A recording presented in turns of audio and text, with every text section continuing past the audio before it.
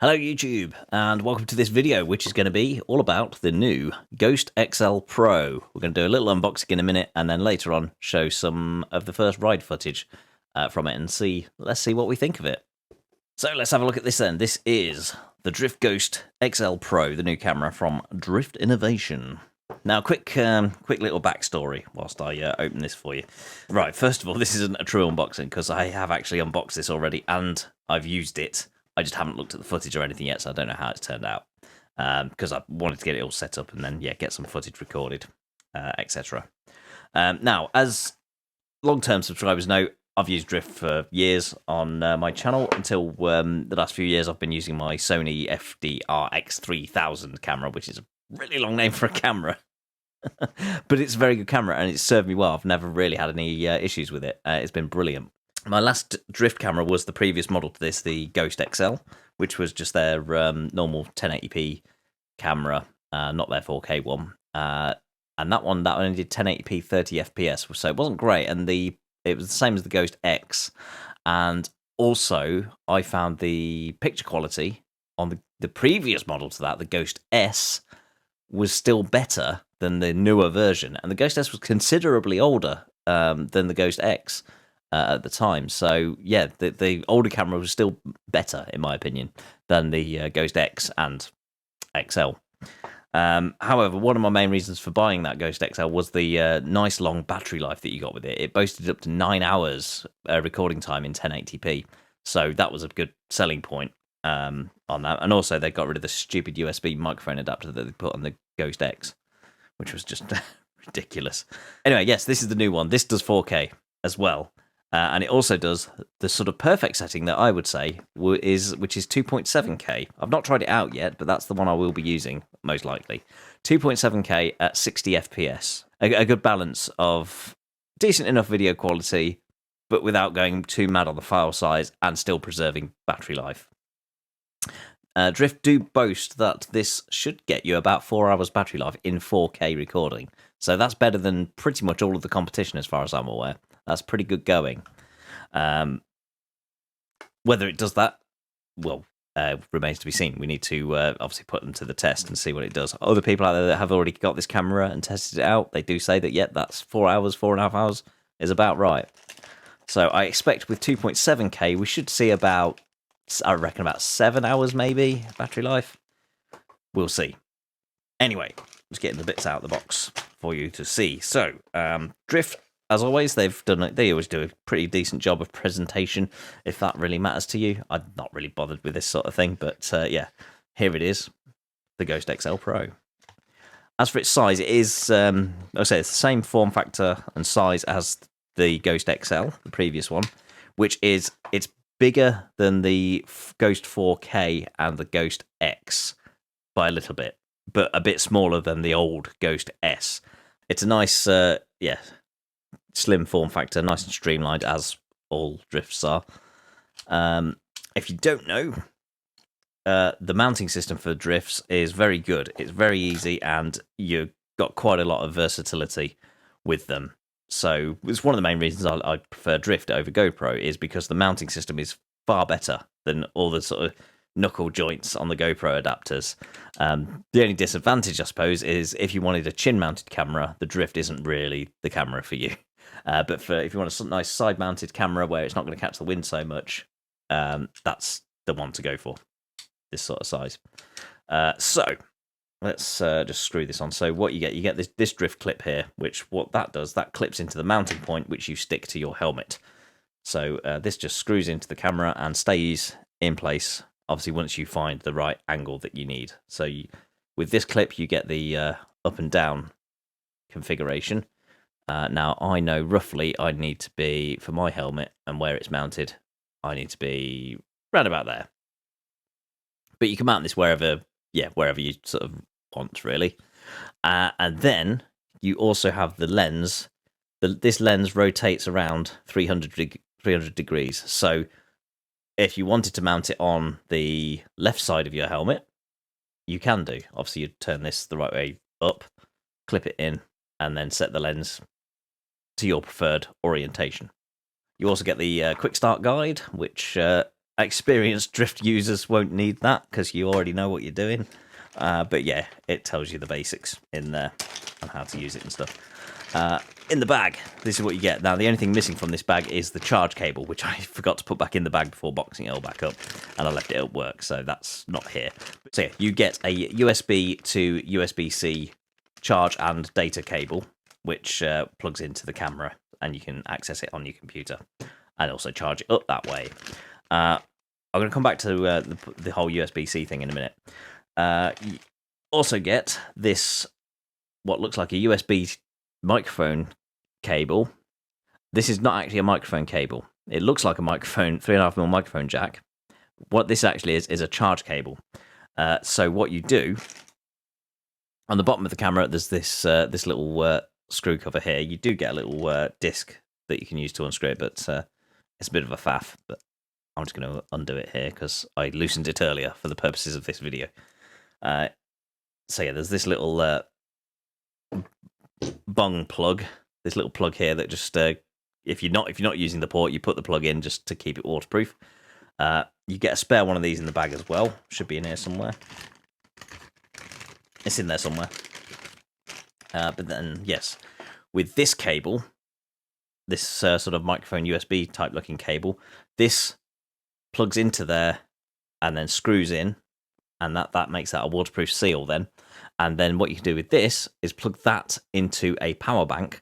So if the mega battery life on this camera is still not good enough for you, you can power it from an external power source. So you can either plug that into a power bank, or if you're using it in your car as a dash cam, you can plug it into your accessory socket or a USB port in your car, or into your bike adapter, anything like that. You can just power the camera permanently from a power source like that, which is a nice idea from Drift on that one. Also in the bag, you get, this is the microphone adapter cable. So this is much better than the USB one that you got on the Ghost X, where on the bottom of the Ghost X, it was a rubber flap USB port. It was not the old style micro USB port on the bottom.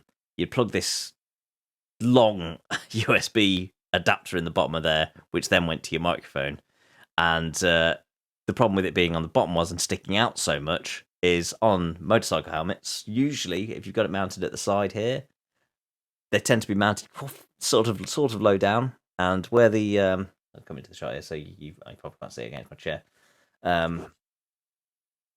Where the USB plug sticks down, let's just use that as an example. When that's sticking down out of the bottom of the camera, it'd catch on your shoulder when you were turning your head, and it broke. And it was rubbish. It was a stupid design, stupid place to put it. They've kind of improved it with this, because this does the same as the other cable. You plug it in and then screw it in. So that makes it waterproof, which is brilliant. And that's quite a nice sturdy connection there. That's not, if you catch it, it's not really going to do any damage. Unless you know it's quite a heavy impact, then it's just going to bust everything up in there, which obviously isn't good. But it's better than that USB one that they had on the previous versions of the camera. So that just screws into there, and then your normal microphone plugs straight into there. No USB nonsense needed. Good old-fashioned 3.5mm microphone jack, the way it should be. Now, personally, I would have much preferred it if they put this thing on the back of the camera. If they'd have found room to put it on the back, that would be perfect, because then it's not dangling down under the camera, and it's not going to catch on your shoulder or anything like that. It would have been better if it was. So that's the side of the camera. If that was plugged into the back there, just like the good old Ghost S, that'd have been fine. That'd have been perfect. But no, they've put it on the bottom. I can understand why they've put it on the bottom, because that's the best place to keep it waterproof. Fair enough. But yeah, that's not as... Yeah, so like I say, it's not as long and as bad as the USB adapter, but it's not perfect. Hopefully, in a future version, maybe they will put it on the back if they listen to us. Maybe I'm just being overly critical about it. That's just my personal preference anyway. Right, let's finish what comes in the bag. As usual with Drift, you get a flat mount for mounting to flat surfaces, and you get a curved mount for mounting to curved surfaces. So you'd use that for mounting to the side of a helmet, that for, say, a top box or, I don't know, a flat surface. This is the little disc that you get. In fact, I'll take it out of the bag so you can see it better. Otherwise, you're just getting light reflecting off the bag. So this disc is just for screwing and unscrewing the little plug from the microphone adapter hole there. It kind of looks like it's 3D printed. It's got this sort of ridges on it like a 3D printer would. And looking at the side, it does look like it's 3D printed, but it feels like it's a lot stronger material than normal PLA plastic, that's for sure. It might be ABS plastic, maybe. Don't know. I'll just use a screwdriver because it's a lot easier, because all it is just the little bung is just a slotted screw head on there. So, yeah. That's what you get with it anyway. And also you get, this is something I do need to look into. You get like a SIM card ejection tool here. And what that is for, under the door on the bottom here, obviously in here you've got your USB port. Yeah, sorry, your USB-C port now, because they've moved into more modern times where we're using USB-C, finally. And your SD card slot there. And then here is it's hard to do this back to front. Here is a little pinhole marked with the letter R. And that stands for reset, usually. So if the camera freezes up and just completely locks you out, you push this in there and reset it. That was how it used to work on the older version of this camera, the Ghost XL.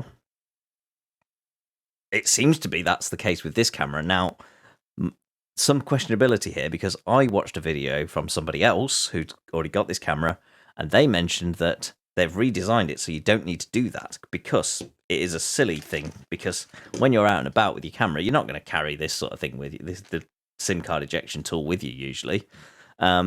And also, it's a faff anyway, because you've got to get your helmet off, take the camera off, open the bottom, probably unscrew your microphone and everything, unplug, undo the door, find the reset tool, do that, reset it, and then get going again. Supposedly, they've now enabled the ability to do a reset just by pressing and holding the power button for 20 seconds or something like that. I need to verify this because I can't find anywhere in the official documentation that says that is the case. There's not even a mention of the reset thing, really, in the instructions. It's just, it doesn't mention it. It's there in the images in the quick start guide. Let's see if we can find it quickly.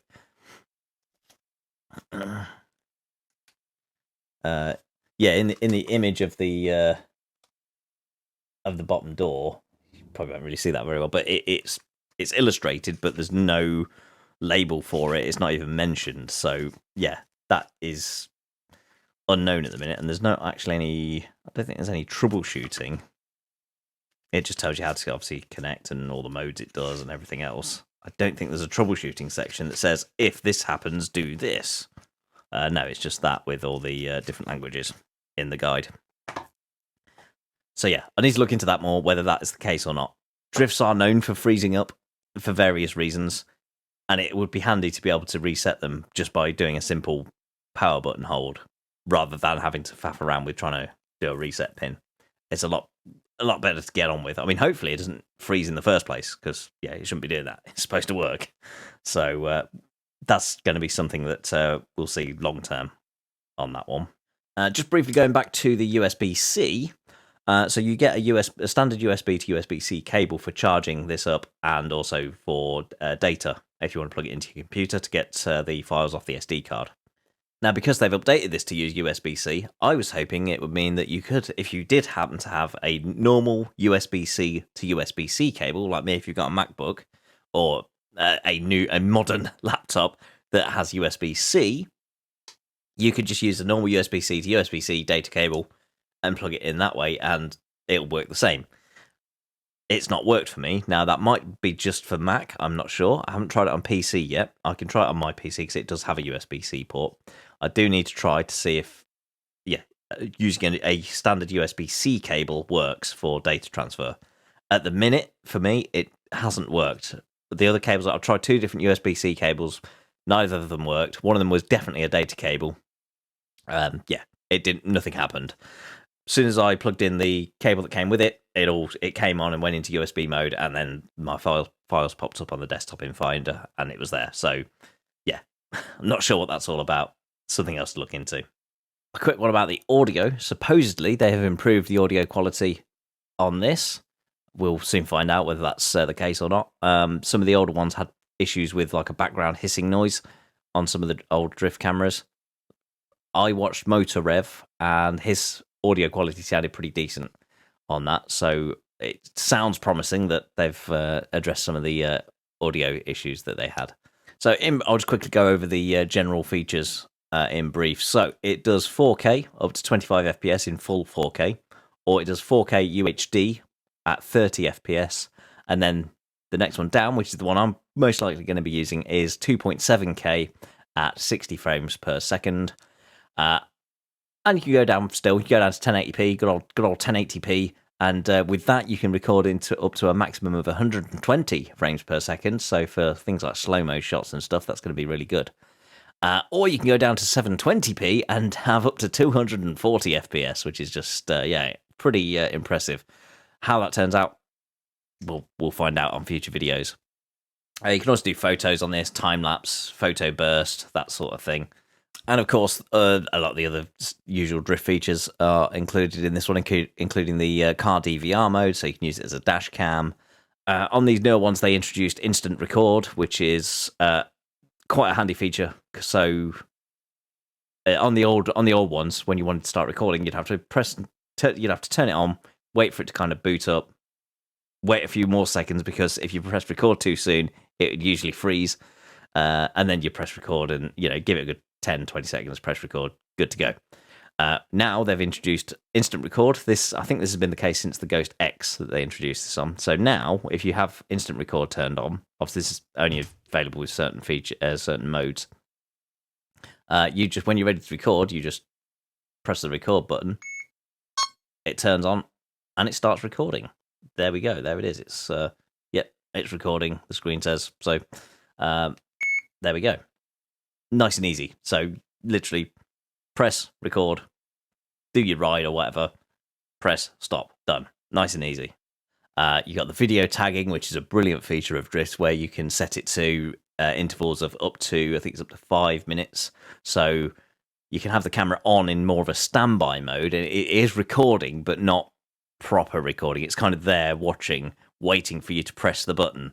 So if you have it in that mode, something happens, you see something you want to film or something, you press the record button, and it captures the previous up to 5 minutes from the point of you pressing the power button, and then 5 minutes following that, and then stops. That is good if you want to keep your amount of footage down to a minimum, so it saves on SD card space. But yeah, video tagging mode is quite a useful one for keeping footage to a minimum. Another feature we'll look at on a future video is the image stabilization. So this does have image stabilization, but you can only use it on 1080p or lower. So you can't use it in 4K or 2.7K with image stabilization on. I don't expect the image stabilization to be that good, but we'll try it anyway and see what it's like on a future video. Anyway, I think that's everything covered that we need to cover. Let's do some test footage and see how that's turned out. Okay, so upon watching some of this footage back, this is shot at pretty much default settings, which is 4K Ultra HD, 30 frames per second, on a high bit rate, no filters on, just the normal camera filter. And yeah, that's pretty much it.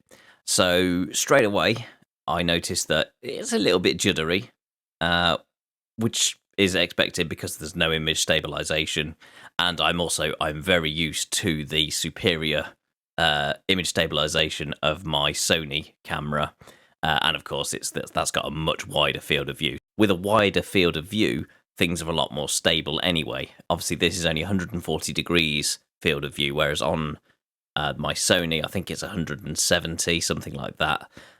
On the Drift Ghost S, I think that was 170, and it was it was a lot better on those. So yeah, it's a narrower field of view, which does make it look a little bit more juddery.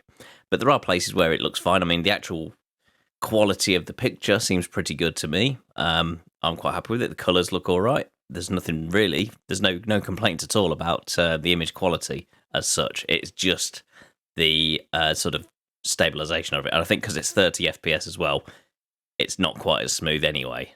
So I will be intrigued to find out what it looks like at 60 frames per second in a different resolution. So that'll be on a future video.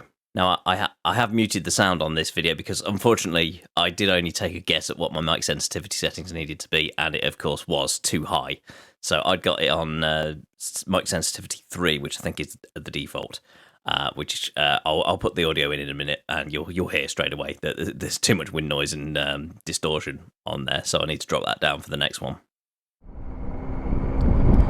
This camera also has image stabilization, but you can only use that on 1080p and below, I believe. So yeah, in 2.7K or 4K, you can't have the stabilization on. So yeah, it is. That's a bit of a downside, but I think if I... So yeah, at higher speeds on bumpy roads, you can sort of see the camera bouncing around a little bit. But there is more places where at the slower speeds, it seems absolutely fine. This bit coming up on Berry Hill, look at that sky. That is a beautiful sky. It's picked that up quite well. I will mention as well, I think I have got the angle of the camera is pitched up slightly too high. I need to knock it down a notch because I think it is pointing upwards a little bit too much, and I think that's affecting the white balance. So if you look at the road and the hedges, they look a little bit darker, whereas I think it's because there's too much sky in the shot. It's not balanced out well, so I need to pitch it down slightly. That should improve that on the next video. Now, as for the audio issue I mentioned, if we go to a bit of video where I'm not actually moving, so there's no wind noise, we can get a good example of what clean audio is like. Now, I can't hear the background hiss that you used to get on some of the older cameras. There's no sign of that at all, so that is a good thing. Have a listen here. I'm stopped at a level crossing here. I'll shut up now, and you just listen to the general ambience. I think it's fine.